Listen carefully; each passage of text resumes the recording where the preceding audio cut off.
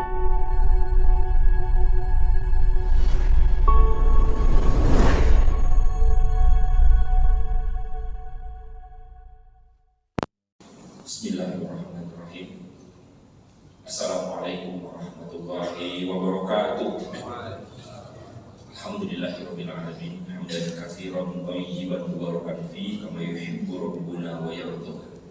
Wa asyhadu an la ilaha illallah wa asyhadu anna Muhammadan 'abduhu wa rasuluhu la nabiyya ba'da. Qala Allah ta'ala fi kitabihil karim, a'udzu billahi as-sami'il 'alim minasy syaithanir rajim, walladzina jahadu fina lanahdiyannahum subulana wa innallaha lama'al muhsinin. Shadaqallahul 'azim. Amma ba'd. Selamat buat bapak-bapak dan ibu-ibu, saudara-saudara sekalian yang mau menyempurnakan ibadah siang hari ini, bukan hanya dengan bersujud sholat zuhur, tapi juga menyempurnakannya nanti dengan sholat sunnah. Tapi bukan cuma sekedar sholat zuhur dan sholat sunnah, tapi sholat zuhur dan sholat sunnah serta sholat-sholat yang lain yang dimaknai, yang diresapi maknanya, sehingga sholat kita yang merupakan ibadah yang paling penting dalam Islam menjadi sholat yang sempurna. Keberadaan kita di muka bumi ini adalah untuk beribadah, misi.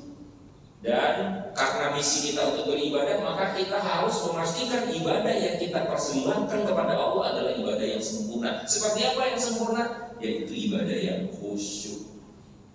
Maka kurikulum kultur zuhur kita tentang proyek sholat khusyuk ini menjadi kurikulum yang terus-menerus harus kita dalami. Apalagi kita cuma sebulan sekali, gak cukup.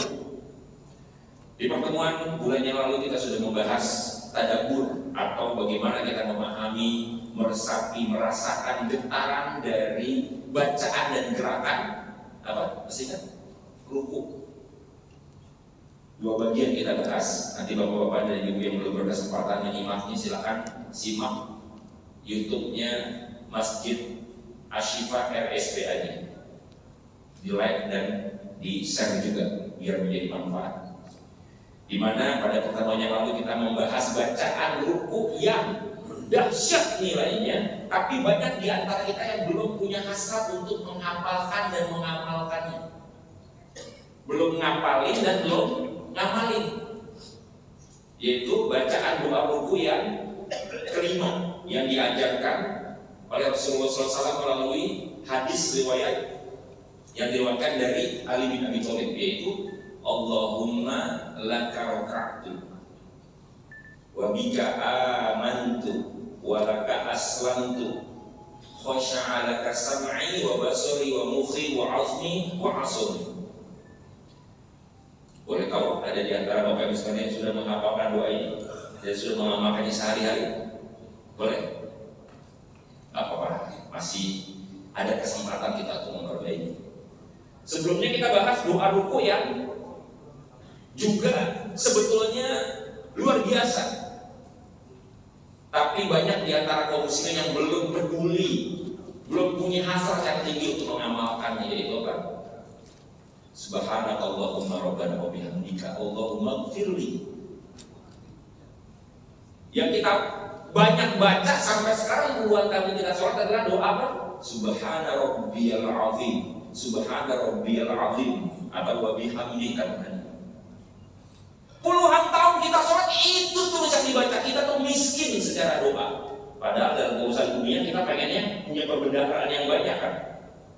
Punya sepatu beberapa koleksi, punya sepeda beberapa koleksi, baju beberapa koleksi, handphone aja bisa lebih dari satu. Tapi doa yang hubungan kita dengan Allah yang memberikan rezeki kepada kita, Tuhan yang Maha Kuasa, kita cuma baca satu doa itu. Subhanallah. Bukan nggak boleh, bagus. Tapi kita akhirnya nggak sempurna kalau belum berusaha mengamalkan apa yang diajarkan Rasulullah. Apalagi isinya dahsyat. Bacaan-bacaan dari sholat yang lain itu dahsyat. Jangan sampai kita cuma punya hasrat untuk meningkatkan aspek duniawi kita, meningkatkan karir, pangkat, jabatan, pengennya naik, kita pengen tinggi. Tapi untuk urusan dunia, ibadah kita nggak tingkat-tingkat kalau kita nggak berusaha belajar. Nah, maka gimana cara meningkatkan indikatornya itu tadi, meningkat atau tidaknya, kita bisa semakin memahami, meresapi makna-makna yang lebih kaya. Itu apa? Yang kita hafalkan dari bacaan-bacaan yang lain yang juga diajarkan. Nah, sekarang kita akan bahas di bagian yang berikutnya, yaitu bagaimana kita meresapi bacaan i'tidal, bangkit dari ruku. Kita bangun dari ruku, bacaannya adalah apa? Sami Allahu liman hamidah. Pertanyaannya adalah, setelah kita melakukan sholat puluhan tahun dan selalu membaca bacaan Sami Allahu liman hamidah, itu kalau lagi kita sholat sendiri. Tapi kalau lagi sholat berjamaah di belakang imam, kita hanya mendengarkan bacaan imam Sami Allahu liman hamidah, kita langsung baca bacaan berikutnya, Rabbana lakal hamdu atau Rabbana walakal hamdu. Tapi baik kita membaca sendiri maupun kita mendengar, pertanyaannya adalah, siapa di antara kita yang selama puluhan tahun membaca bacaan itu dalam keadaan kita melakukan gerakan ini dan meresapi maknanya? Apa yang kita rasakan? Apa yang tergetar di hati kita ketika kita mengucapkan kalimat Sami Allahu liman hamidah? Apa? Kalau boleh jujur, coba tanya ke diri masing-masing dan jawab iya. Kadang-kadang kalau boleh jujur, saya juga pengalaman dari sendiri, banyak yang kosong. Yang mengisi ruang-ruang pikiran kita, yang mengisi ruang-ruang batin kita adalah urusan yang lain. Terus saya pulang begini, mau ngapain, habis ini mau ngapain, mau kemana. Terus pikirannya isinya urusan dunia. Padahal yang disebutkan adalah nama Allah, asma Allah, Allah dan sifat Allah, yaitu yang maha mendengar. Mulai sekarang kita setelah belajar memahami arti dari bacaan Sami Allahu liman hamidah yang kita ucapkan saat kita bangun dari ruku, sambil mengangkat kedua tangan, harusnya ada getaran yang kita rasakan di jiwa kita. Sami Allahu liman hamidah. Nah, gimana cara supaya bisa merasakan getarannya? Kita rasakan maknanya. Kata-kata Sami Allahu liman hamidah, kata para ulama, itu adalah sebuah pernyataan yang kita tumpahkan dari jiwa kita. Pernyataan dan deklarasi bahwa Allah Subhanahu wa Ta'ala, secara bahasa ya Sami Allahu liman, Allah Maha mendengar. Dan kata-kata yang digunakan kata-kata Sami'a ini adalah fi'il madhi, kata kerja lampau, yang artinya Allah telah mendengar. Mendengar siapa? Liman hamidah, orang-orang yang memujinya, orang-orang yang mengagungkannya dan memuliakannya. Ya. Nah, makna yang pertama dari kata-kata Sami Allahu liman hamidah ini adalah menunjukkan bahwa kita meyakini pujian yang kita tumpahkan, yang kita berikan, yang kita persembahkan kepada Allah pasti didengar oleh Allah. Allah tahu. Allah tuh tahu hati kita itu dipenuhi oleh pujian atau tidak, atau hati kita kosong. Jadi kata-kata Sami Allahu liman hamidah itu juga akhirnya untuk berfungsi untuk apa? Untuk mengingatkan diri kita. Kamu kalau memuji Allah jangan cuma di mulut doang. Kalau ingin memuji Allah harus dengan hati. Kita menegur diri kita. Kata-kata Sami Allah itu, Sami Allahu liman hamidah itu mengingatkan diri kita agar jangan sampai mempersembahkan pujian yang kosong, nggak ada getaran, merasakan kebesaran dan keagungan Allah. Yaitu apa? Ketika pikiran kita dibiarkan memperturutkan untuk memikirkan yang lain yang selain Allah. Kosong semua kita. Nah, pertanyaannya adalah, itu kan kalimatnya Sami Allahu liman hamidah. Allah mendengar orang yang memujinya, orang yang mengagungkannya. Kata Syekh Utsaimin menyatakan bahwa kata-kata yang digunakan dengan menggunakan liman hamidah, secara bahasa sebetulnya kalau menggunakan Sami Allahu man hamidah itu sebenarnya sudah cukup. Tapi kenapa digunakan kata-kata liman hamidah? Yang kedua, makna dari Sami Allahu liman hamidah ini artinya adalah Allah mengabulkan. Allah mendengar itu artinya Allah mengabulkan setiap doa kita. Semua yang kita mintakan kepada Allah pasti akan dikabulkan. Sehingga ketika kita mengucapkan kata-kata Sami Allahu liman hamidah, itu kita sedang menunjukkan kepada Allah, Engkau mendengar doa-doa kami. Engkau pasti mengabulkan permintaan kami. Itu yang membuat hati kita akan tergetar. Nah, cuma masalahnya adalah selama ini karena kita memang belum memahami makna-makna dari setiap gerakan dan bacaan sholat dan kemudian meresapinya pada saat kita melakukan sholat, ya udah kosong begitu aja. Padahal satu prinsip dari sholat yang khusyuk adalah apa? Antara satu bacaan dengan bacaan yang lain di dalam sholat, antara satu gerakan dengan gerakan yang lain dalam sholat adalah sebuah rangkaian. Maka kata-kata Sami Allahu liman hamidah ini baru bisa kita rasakan maknanya adalah ketika kita menghadirkan makna-makna dari bacaan yang sebelumnya. Makna-makna dari gerakan yang sebelumnya itu apa? Sebelumnya kita apa? Ruku. Pada saat kita ruku, maka supaya Sami Allahu liman hamidah ini berasa banget menghadirkan kebesaran Allah, keagungan Allah, maka di dalam ruku itulah kita disetting untuk menghadirkan keagungan Allah. Dengan apa? Dengan kita merendahkan tubuh kita, menghinakan diri kita. Allahu Akbar, ruku. Masih ingat rumus?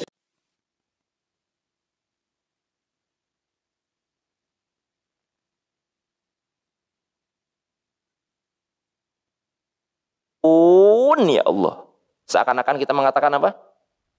Tolong ya Allah. 3 itu fungsi sholat adalah untuk bersyukur, untuk bertaubat, dan untuk minta tolong.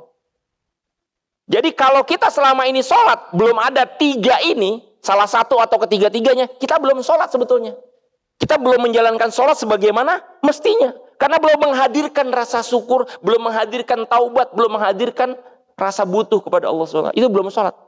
Nah, di mana kita menumpahkan, mengekspresikan rasa terima kasih kita, rasa kagum kita kepada Allah, yaitu pada saat semua gerakan sholat sebenarnya begitu. Cuma sebelum kita i'tidal, kita ruku dulu. Nah, ruku itu secara jasadiah, secara fisik kita melakukan perendahan. Bukankah kita ketika berhadapan dengan orang yang baik, orang yang jabatannya tinggi, kita akan merendahkan, Pak, selamat datang Pak, terima kasih Pak, gitu kan, kita nundukkan. Kita akan merundukkan badan sedikit kan. Begitu juga kita akan cenderung rendah di hadapan orang yang kita berbuat salah sama dia. Maka ketika kita minta maaf, kita akan mengatakan sambil menundukkan badan, maaf Pak, maaf ya, gitu kan. Begitu juga kita akan cenderung rendah di hadapan orang yang bisa membantu kita. Please, tolong Pak, tolong, gitu kan. Nah, kita di dalam sholat itu disetting untuk apa? Nunduknya bukan cuma begitu, tapi nunduknya signifikan. Sampai 90 derajat. Allahu Akbar. Cuma yang terjadi adalah nunduknya kita udah sangat luar biasa, tapi rasanya belum ada rasa tunduk. Kenapa? Belum menghadirkan rasa terima kasih. Belum menghadirkan nikmat-nikmat Allah. Belum menghadirkan rasa takut kepada Allah. Belum menghadirkan dosa-dosa kita. Belum menghadirkan rasa butuh kita. Sehingga hampa. Nah, maka itulah yang kemudian pada saat kita menumpahkan rasa hormat kita di dalam ruku, itu kita mengagungkan Allah. Sepanjang ruku itu apalagi bacanya jelas kan, yang sudah kita bahas kemarin 2 kali pertemuan. Apa bacanya tadi yang tadi itu? Allahumma laka roka'tu. Atau yang biasa, yang sudah kita hafal dan kita amalkan semua. Subhana rabbiyal azim. Maha suci engkau ya Allah yang maha agung, azim. Mulutnya doang yang bilang azim, tapi hatinya belum merasakan keagungan Allah. Itu yang masalah buat kita. Nah, ketika kita disetting selama ruku untuk menghadirkan kebesaran Allah dalam keadaan kita merunduk, kemudian kita bangunlah dengan melakukan i'tidal. Sami Allahu liman hamidah. Disitulah kemudian kita menyatakan kepada Allah, engkau mengetahui, engkau mendengar apakah aku betul-betul mengagungkan engkau. Dan akhirnya apa? Akhirnya kita nangis. Ya Allah, kok aku cuma ngomong doang nih, aku nih munafik nih, cuma mulutnya doang memuji Allah, tapi hatinya enggak. Itu yang membuat kita akan terasa tergetar. Astagfirullahaladzim, ya Allah. Kita akan merasakan kedekatan dengan Allah. Sami Allahu liman hamidah. Nah, 2 menit lagi yang tersisa, saya akan jelaskan kalimat apa yang kemudian dibaca setelah kita mengucapkan Sami Allahu liman hamidah. Dari banyak riwayat disebutkan ada beberapa jenis bacaan.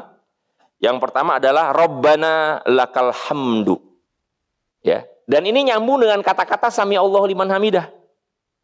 Rabbana lakal hamdu, atau bacaan yang kedua Rabbana walakal hamdu. Ya. Jadi kata-kata yang Rabbana lakal hamdu itu kata para ulama penjelasannya adalah kita hanya mempersembahkan pujian. Tapi ketika kita mengatakan Rabbana walakal hamdu, ada wawunya, maka ini penjelasannya adalah maknanya seakan-akan kita mengatakan kepada Allah, ya Allah, kabulkanlah. Ya. Kabulkanlah apa yang hamba minta. Apa yang hamba mohonkan kepadamu. Sami Rabbana walakal hamdu.